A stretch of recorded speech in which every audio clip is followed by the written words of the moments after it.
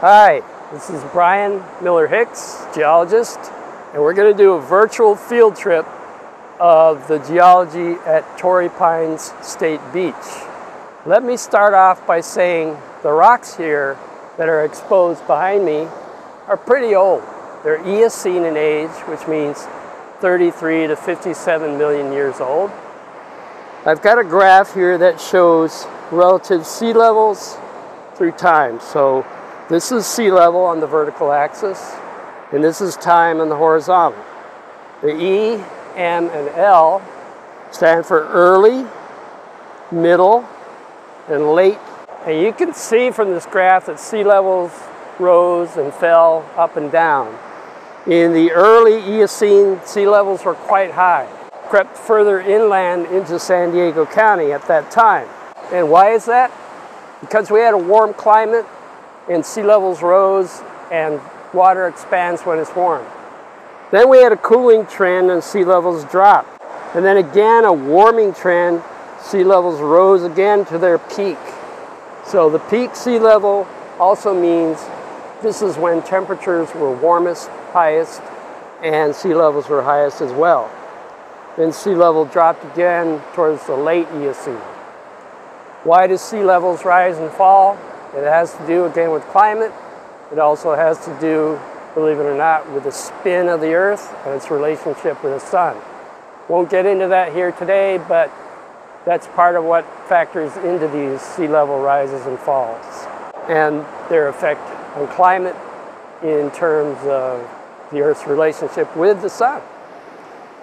Well, here we are sitting in front of the cliffs at Torrey Pines Beach. If you look at them behind me, they're very strongly layered. So the rock units near the base or bottom of the cliffs are kind of grayish green. Those are shales or mudstones. That means they're made of fine particles which were deposited in water as loose, soft muds. Through time, they've been buried, compacted, and cemented into rock. Rock that we call shale or mudstone.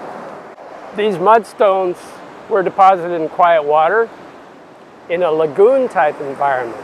These rocks up above near the top are sandstones of coarser particles, which means they're laid down in higher energy environment like the surf, the wave zone. So we have a blend of environments here. We have quiet water, we have higher energy water, which is a pretty typical shoreline type environment, such as what we see here today. Let me illustrate what I mean by the different environments. So here's the ocean, and this is the land direction. This is the lagoon, which means quiet water deposition. So here are the muds that are laid down in that quiet water in the green color. Over here, as we go towards the ocean, the environment becomes more high energy. So waves and surf deposit these sands in here.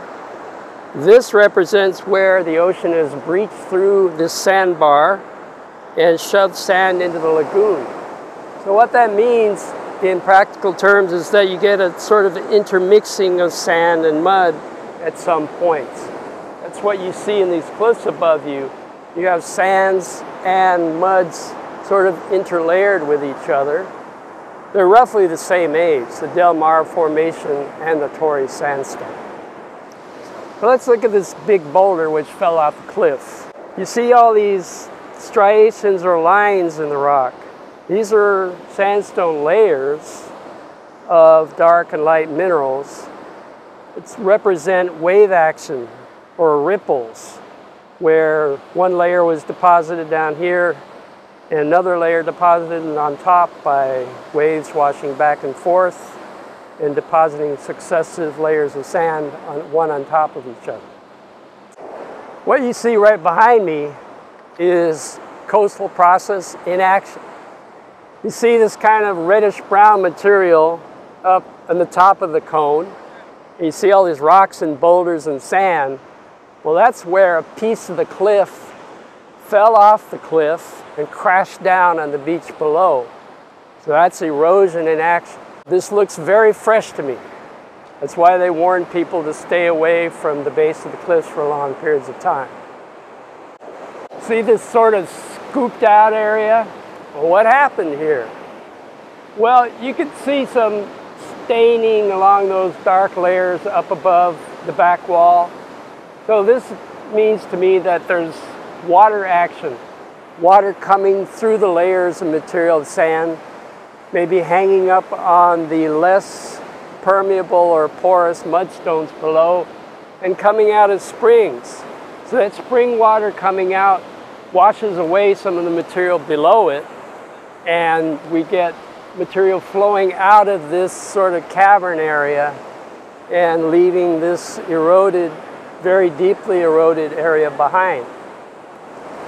If you look up above on top of the cliffs, you'll see a funny looking, kind of muddy looking browny type of material with a bunch of holes in it.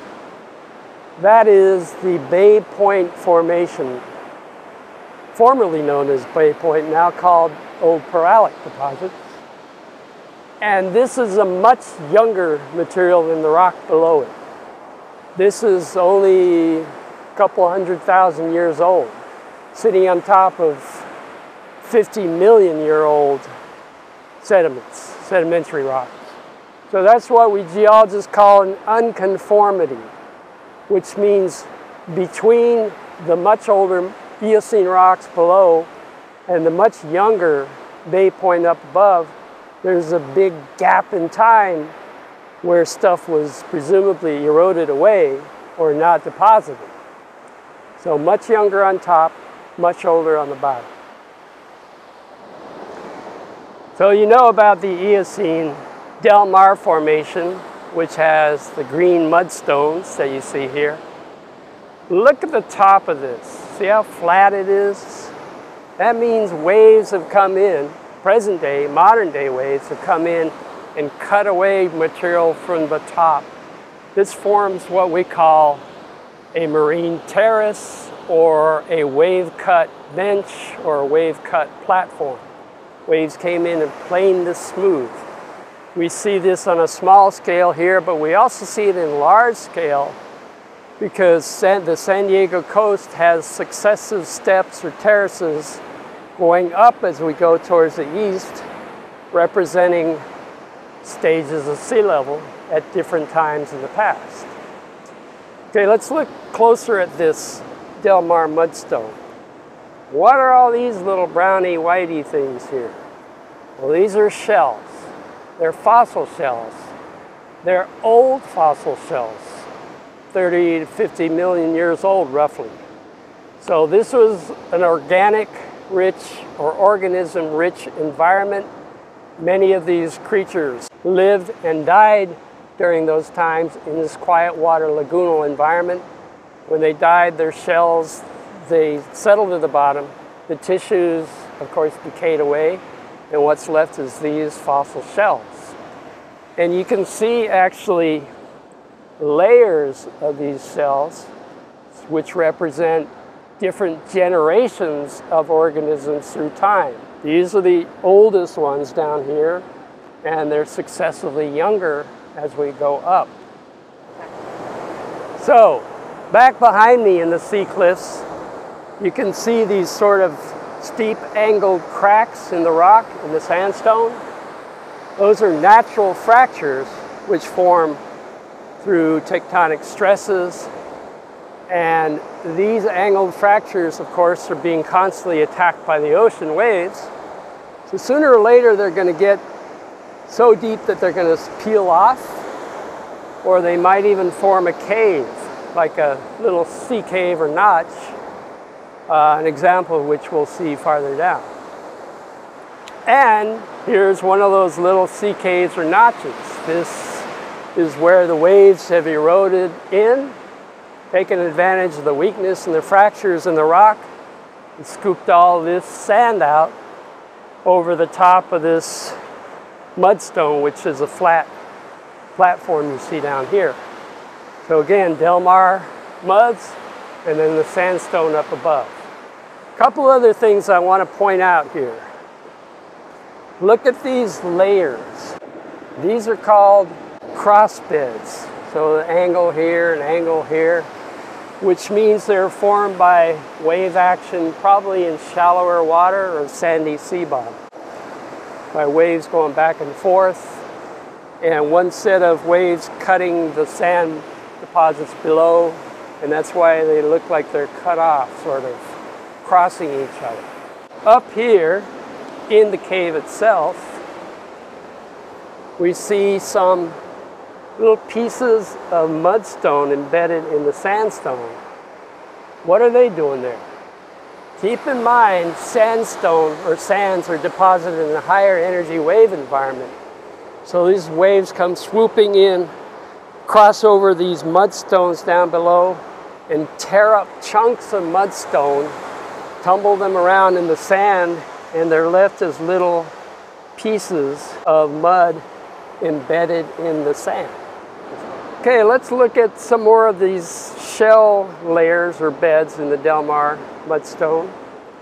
Let's look in this area. We see a bunch of shells broken up, fragmented. This looks to me like they're in more sandy material. What are these weird little things? These are what we call trace fossils. They're not actually any part of the organism.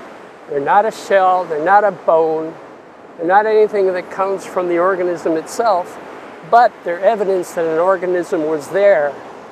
And what this is a burrow, B-U-R-R-O-W. This is where a creature tunneled into the sand, and he lived in this little tunnel work, and when he died, or maybe he left, and this gradually filled in with sand, preserving the structure of the tunnels that he had dug. So here's one here, here's another one here, there's some more over here. So they're all through this. This means this layer at one time was close to the surface of the sea bottom. Okay, remember we were talking about those little pieces of mudstone that the currents and the waves would rip up and incorporate into the sand? Well, here's more of these, actually in a strong layer, ripped up from below and incorporated into the sand. These are pretty big chunks. So you can imagine those pretty high energy waves and currents tearing these pieces up. Okay, here's another example of cross-bedding. This is a real strong example. This is where you have a layer of mudstone deposited and then cut into at this angle, and then sand deposited on top. And if you step away, you can see these angled beds down here. Those are also cross beds set down by wave currents. Right behind me, the story of the rocks changes somewhat. We're still in the Eocene. We're still in old rocks. But let me explain the differing situation to you. Here's a drawing I made showing, this is present day shoreline of San Diego County. So here's Mount Soledad, Mission Bay, Point Loma. Excellent drawing, I know, thank you. Over here with the dash line, 30, 50 million years ago, was the Eocene shoreline. So it was farther to the west. At that time of warm climate, plenty of rain, there are huge rivers and huge river systems in San Diego. So those river systems poured gravel and coarse sand and other materials out towards the ocean, formed what we know of now as a Poway fan. Actually, the deposits are farther inland. The river systems dumped all this material out into the ocean, built what we know of as a submarine fan under the water. So what we see here actually on the cliffs is the northern edge of the fan where it just starts to go into the ocean. You can see all these real chunky materials, coarse materials. That means there's a high energy, fast current river system bringing all this stuff down and filling in this canyon. And submarine fans happen to be one of the ideal environments for organic materials to die and collect and turn into oil. So that's why oil geologists are interested in coming out here and looking at this.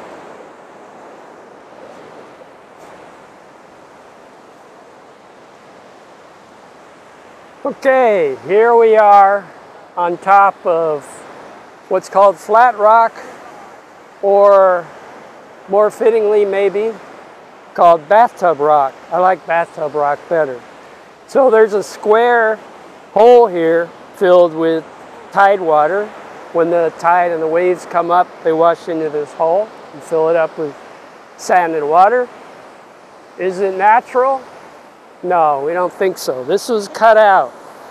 And one story goes, there are several stories, but here's the one I know about, is that during the late 19th century, when they were deciding how and where to build the transcontinental railroad across the country, some power brokers wanted to end up in LA.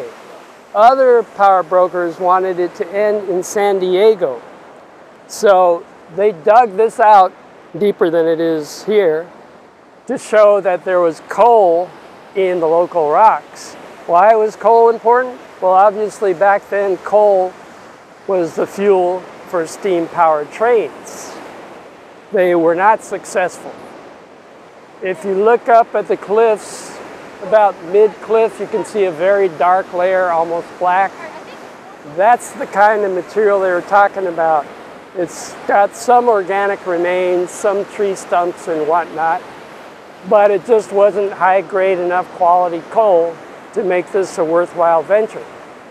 So the railroad stopped in LA and not San Diego. A little history lesson.